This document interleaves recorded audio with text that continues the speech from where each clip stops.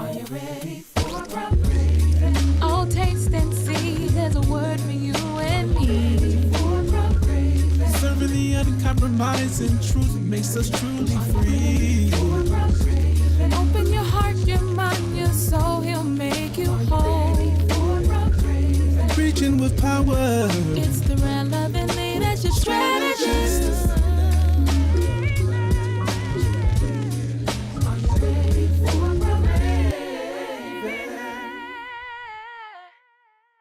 Man, listen, you are a trooper because you're tuning in again. That means you are serious about your deliverance.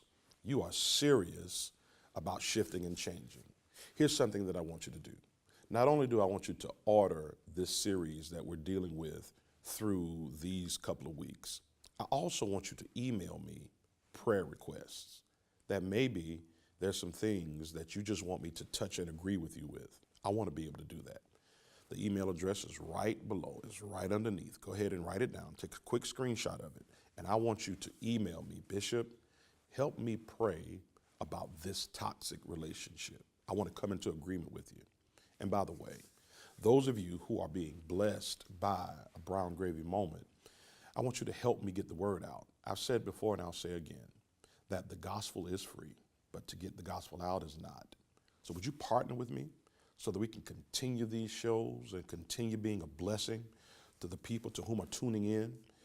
Cash App is Bishop Brown 3, the $ Bishop Brown 3. PayPal is bishopbrown3@gmail.com. I mean, you know, it's those areas. You can sow a seed and put in the comment box, I'm sowing for a Brown Gravy moment. All right. So let's see where we are. You've been doing some work, and I appreciate that. I kind of see you look different. Yep. Go ahead. You should take a look at yourself in the mirror. You're looking different. Why? Because you're getting some of these toxins up out of you. You're loosing yourself from the hold of this tick that got itself in you. You don't know how it did. You just know that it did. And so now we're working to pull that thing up out of you. And so during one of the last segments, I was talking to you about ways that you can notice whether or not you have been infected by a tick. So here's a few others. You ready? You have mood disorders. Mood disorders. Yeah, you're moody. Now, if your natural disposition is moody, then you were probably born with a tick. I'm just kidding. But no. That you have these irregular, erratic moods that you're happy one minute, sad the next second. I mean, you know, you can never really predict how you're going to feel. See, that is an indication that there may be some toxins somewhere inside of you. Let's go a little further. Chest pains, heart pains, that you are more depressed and just down than you've ever been. And you keep trying to figure out, well, what is it and why is it that I'm having these pains in my chest? Yeah, that deals with chest pains. That also deals with the ability to breathe. Now, I told you that the demonstrative showing is you stop breathing altogether. But you don't just stop automatically. That progressively you go towards no longer breathing. So you may be experiencing those moments where it's a little more difficult to find life. What is breath? It's the thing that helps bring life inside of you. It revitalizes the body. Oxygen oxygenates the blood and sends life through the body. Well, it's difficult for you to pull life inside of you. It's just getting harder and harder. If that's happening, you may have been bitten by a tick. I think Michael Jackson said it at one point in one of his songs, you've been struck by a smooth criminal. But this is not a smooth criminal that you got hit by. You got hit by a tick, and it's poisoned you, and it's causing you to make decisions in your relationships that's continuing to keep you a slave to it. But God doesn't want you to be a slave. He said that I came that you might have life, and that you might have life more abundantly. We have a series of teachings that's happening right now called Toxic Relationships. I need you to go ahead and let me know that you're watching. Then I also need you to find somebody else in your family or friends that you know may possibly be in something toxic, and tell them to tune in right now, because we're getting ready to go into the teaching that we were doing at the Sword of Truth. And I want you to get some paper, pencil, man, keep the same notebook that you're taking those notes with now, so that we can continue our journey of getting these toxins up out of us. You will live your best life by watching this Brown Gravy Moment. We'll be right back to you. God bless. I want to get right into the lesson for the day. I want to keep you on track with the 9 a.m. service. I want to talk about, for the next 30 minutes, 10 toxic people to avoid. Now, we've been in the series Toxic Relationships. Today, and in the intro of that lesson, I dealt a whole lot with you, because I wanted you to see that if you have a toxic relationship, you chose it. Okay? And if they're horrible, then there's something horrible in you that selected them. Yeah, I'm glad the bishop helped us praise first, because I figured I wasn't gonna get too many praises through this lesson. Amen. Amen. And so we want to give you 10 people. I promised you that I would do it, and so we're going to do it, because I knew that whenever we put the topic up, everybody's mind first went to somebody else. When the very first person you should look at before you look outwardly is inwardly. Are y'all all right out there? All right. So our scripture base, and we'll go right into it. We'll run as fast as we can. Is found in, I want to say 1 Corinthians chapter number 15, verse number 33. 1 Corinthians chapter number 15, verse 33. We honor the Lord for First Lady being here with us.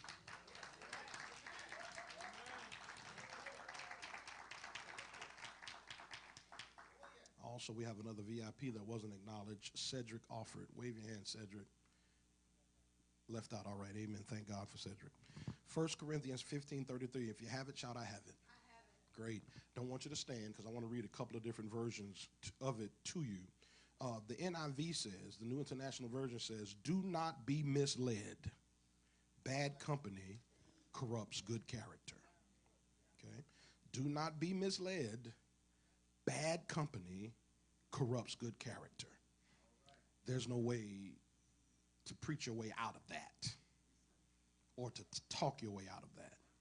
If they bad, they're going to corrupt you. You ain't going to fix them. All right. Here's the NLT, the New Living Translation. Don't be fooled by those who say such things, for bad company corrupts good character. Now, there's nothing like King James. So then we'll give you the King James Version, and we'll get right into the lesson. Here's what King James says. Be not deceived. Don't be fooled now. Be not deceived. Bad company corrupts good morals. Bad company corrupts good morals. All right. 27 minutes. Run, Forrest, run. Life is precious, right? Yet too often we find that much of our time is spent around negative people, toxic people, and people who just tend to drain the very life out of us. That anytime you're around them, you leave their presence worse than you entered it. Now, there's nothing to be said about there. Now, they may actually feel okay. You, on the other hand, you feel drained. Sometimes, ladies and gentlemen, they're your coworkers. Can't change that unless you're going to change a job. Friends, we talked a bit about that, and I'll say a little bit more about it later. Or sadly, even family members can be toxic. Shout toxic. See, God never intended for us to spin our wheels and waste our days trying to make others happy who can never be happy. Oh, that's heavy. Let me say that one more time. God never told you to take your time. Now, this is according to Crosswalk. All of this is not mine. I'm pulling from their study, but throwing brown gravy on it. All right? God never intends for us to spin our wheels, to waste our time, to waste our effort and our energy trying to make people happy that just don't want to be happy. Y'all not hearing what I'm saying? And because in reality, it doesn't depend on us. It depends on them. That people's happiness is their job to create, not yours to manifest. Are you in the room? That there are some people, and we're talking about the toxic people, who will make you feel like it's your job to make them happy. Oh, God. Dare I say, get with me December the 16th, married couples. I'm going to help you that some folk get married expecting their spouse to be the one to make them happy. And it does not work that way. By the way, happy is connected to happening. And so if I am not happy, I don't put that onus on anyone else, because when I do, here it is, I can end up creating a toxic relationship. You didn't hear what I just said. That some folk weren't toxic at the beginning, but they ended up being toxic because you tried to make them your happy person. Why y'all ain't talking out there? That you were expecting them to be the thing to put the smile on your face. Now, I'm not saying that they should not offer opportunities for happy to happen, but you should not rely on them totally to be the one to do it. Otherwise, you have created a toxic relationship. Are y'all out there? And so I want to take a moment and kind of talk about 10 different kinds of people to whom are toxic. And ladies and gentlemen, you know, I love you, but you might be one of the 10. Yes, sir. All right. And here it is. If you recognize something in you that I'm going to speak about, the right thing to do, here it is, the correct response to truth is change. Yes, sir. Yes, sir. Tell your neighbor what I just said. Now, here's what ghetto African Americans do. They end up hearing truth and getting mad about it. Yes, right? Now, if you get mad about truth, you toxic. Tell your neighbor what I just said. All right. So the correct response to truth is change. You get mad and pout, already we know you're toxic. Here we go. You ready? Yes, sir. These are not listed in value, okay? This is not the most one, the next most one. They're just kind of arbitrarily thrown out there. Here's the first one I want to talk about: the controller. The controller, right? This is the person who is a master manipulator and a consistent controller. They want to be in charge, not just of their life, but of yours and everyone else's as well. Uh-oh. They watch you like a hawk. Ready to pounce on every flaw they see. That they never give you an opportunity to let off on anything. That they attempt to accentuate every wrong thing about you at every chance they get. And they're not trying, here's how they'll paint it. They'll paint it in the wise of trying to help you. But they're really not trying to help you. They're trying to weaken you so that they can continue to control you. I wish I had some help in this room. They micromanage down to every last detail. Where you at? Where you gonna come back? When you gonna get there? Y'all ain't talking. Why didn't you call? You should have texted me back. I thought we were friends. I thought we were cool. You said you'd do it. You didn't do it. What's wrong with me? Is there something wrong with me? See, that's the problem. You never understand. They'll even have you followed if they don't follow you themselves. Yeah, if they had enough money, they'd have your phone tapped. But don't have a joint account, because they'll just pull the records and see what number you've been calling the most. Ooh. Maybe this stuff too practical. Okay. All right. They have trouble letting go. So they don't. They hold on and hold on tight until it chokes everything around them out. They want to feel superior and want you to feel inferior. Shout the controller. Yeah, that's a problem. That's a problem. That's a problem. If you got someone in your life that's a friend, that's family members, that you need to disconnect yourself. I said it to the early church. Let me say it to you as well. When I say disconnect, I'm not saying that you can't have a relationship at all, because no one can write a letter of divorcement to their family. They are your family, but I don't have to spend enough time with you for you to continue to intoxicate me with your toxicity. You're not hearing what I'm saying. And if it's a friend, then I understand that I chose that friend, and that friend that I chose means that it's a reflection of what I think about myself. Y'all not hearing what I'm saying to you. Now, I told you this, but it's worth saying to you again that your friends are an external mirror of your internal revelation. No, you didn't hear what I just said. That the people that I have as friends around me, they tell me what I think about me. They are an external mirror of an internal revelation. So if I got a bunch of nuts around me, then I think I'm nuts. Y'all not in this room. Come on now. If you got a whole bunch of drama around, I don't know why all these folk with all this drama find themselves towards me. Maybe it's because you are drama-ish. Look at somebody with that little eye like you're kind of being suspicious and say, now maybe, just maybe not. Because I don't know about you, but I don't have a lot of folk who have a drama in their life coming around me as friends. That most of my friends are talking about what we going to do to get that $2-3 million. We ain't talking about who's sleeping with who kind of thing. Come in this room, children. And so you have chose them, so then now it tells you maybe you have an issue with control or wanting to be controlled. Oh, that's so good, everybody. Okay, all right. Here's number 2. I got to run, Forrest, run. Here we go. Number 2. The abuser. The abuser. Write this down. It'll be on the screen. This person is desperately needy inside and takes it out on you and the world around them.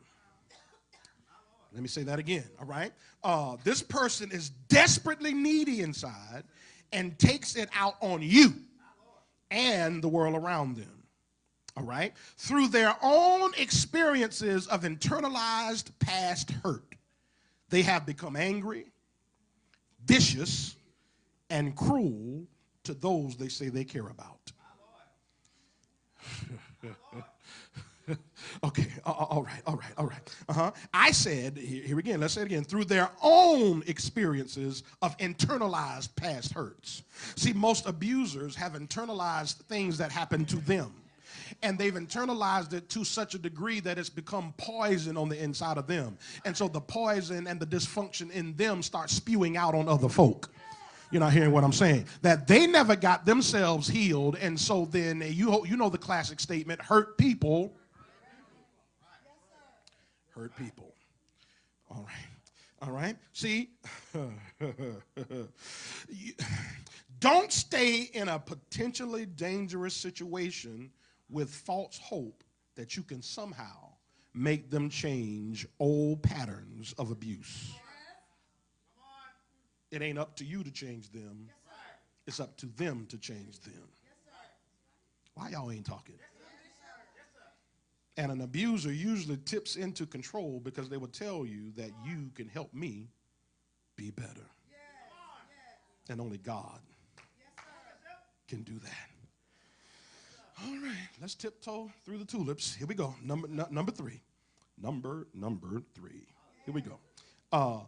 The too easily angered. The too easily angered. That's another toxic person. Here we go.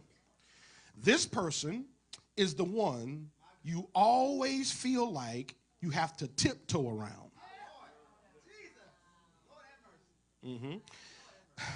Like you never know what will set them off and have them fly into a fit of rage. If I offer you a hot dog, you're going to fly off because I didn't offer you ketchup. Y'all ain't, no. These folk get mad about anything. If I speak to you when I wasn't supposed to speak to you, you're mad. If I don't speak to you and when you wanted me to speak to you, you're mad. If I called you at 9 o'clock, you mad. You said I should have called you at, come on. Everything sets them off. These people become easily irate at even the smallest thing, right? Which is a sure sign there's something deep wrong with them. There's something wrong. The smallest thing, you fly off at the, I'm talking about the folk that once you see them blow up and act the fool, you sitting back scratching your head thinking, what did I do?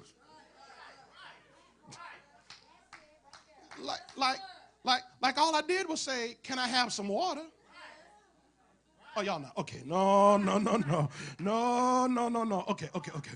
Yeah, see, these people, they've been known to throw things, to hit things in their way, to sprout out angry words that they can never take back.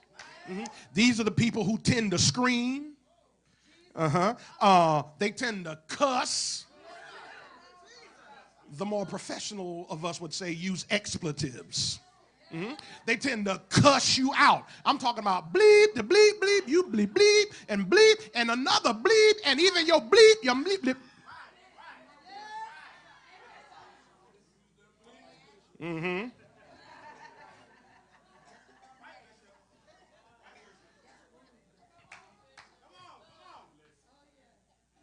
And then they say stuff like, I don't know where all that came from.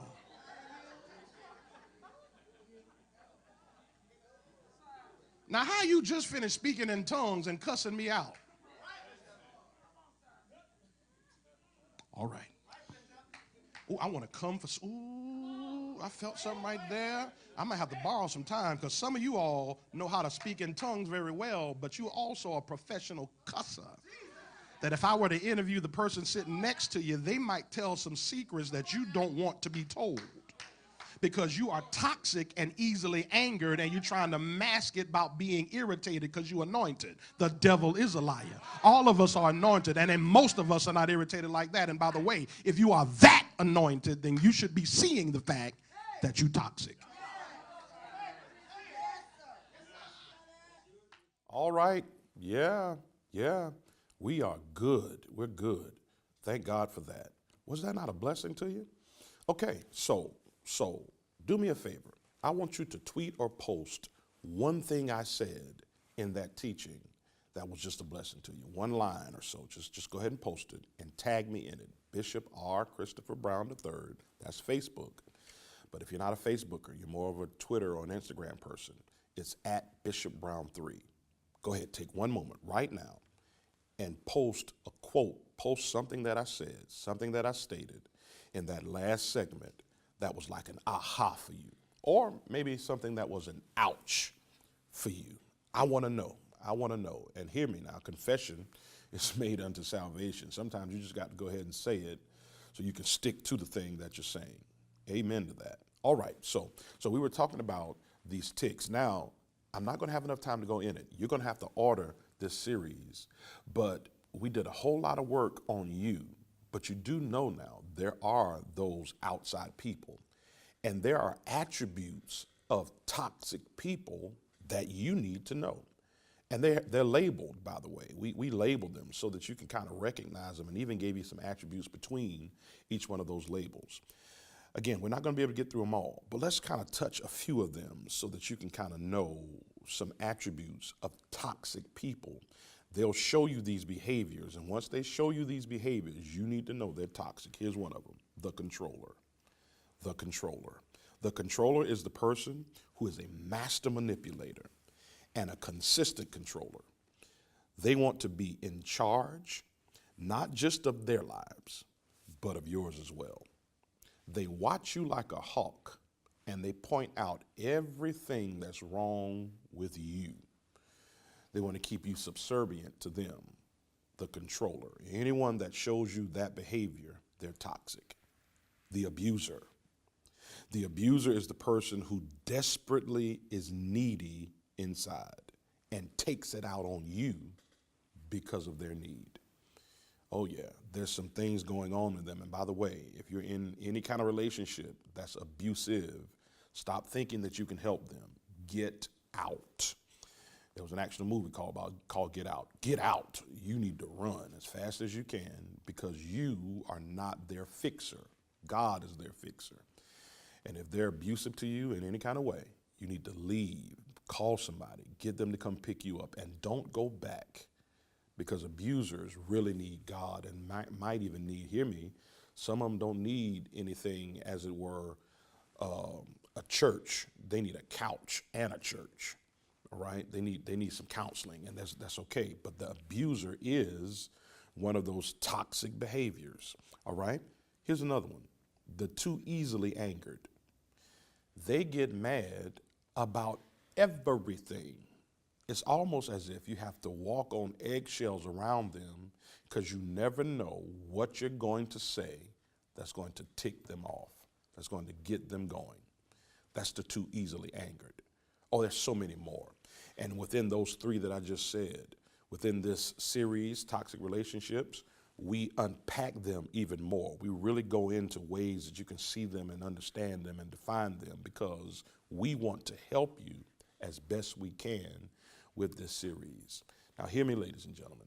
Don't take this lightly, that if you want your best life, the only way to get your best life is to begin to get rid of the toxicity in you and then toxic people. You're going to have to push them away, but now don't push all of them away, because you're going to feel all alone. You got to do it slowly. See, some folk try to do cold turkey. You might not be strong enough for that. Slowly but surely, begin to find yourself drifting away from that toxic person, that toxic behavior, that toxic thought, those toxic places. Yes, ma'am. Yes, sir. There are some toxic behaviors that you yourself are going to have to get rid of. We tried to give you all we could. I want you to let us know that you want more. Email us. Get this series in your library. It's going to bless you. You've tuned in to another great segment of a Brown Gravy Moment. I believe that something good has just happened to you. Until next time, I'm Bishop R. Christopher Brown III, the Relevant Leadership Strategist. We'll see you again. Are you ready for brown gravy? This is Bishop R. Christopher Brown III, Senior Pastor of the Sword of Truth in the great city of Bennettsville, South Carolina, 105 Sherrill Street. We believe a church alive is worth the drive. You should find yourself right in our city during our service time, 11 a.m. on Sunday morning, 7 p.m. on Tuesday evening. Sunday service, Tuesday Bible study. You matter and you belong there. Reaching with power. It's the relevant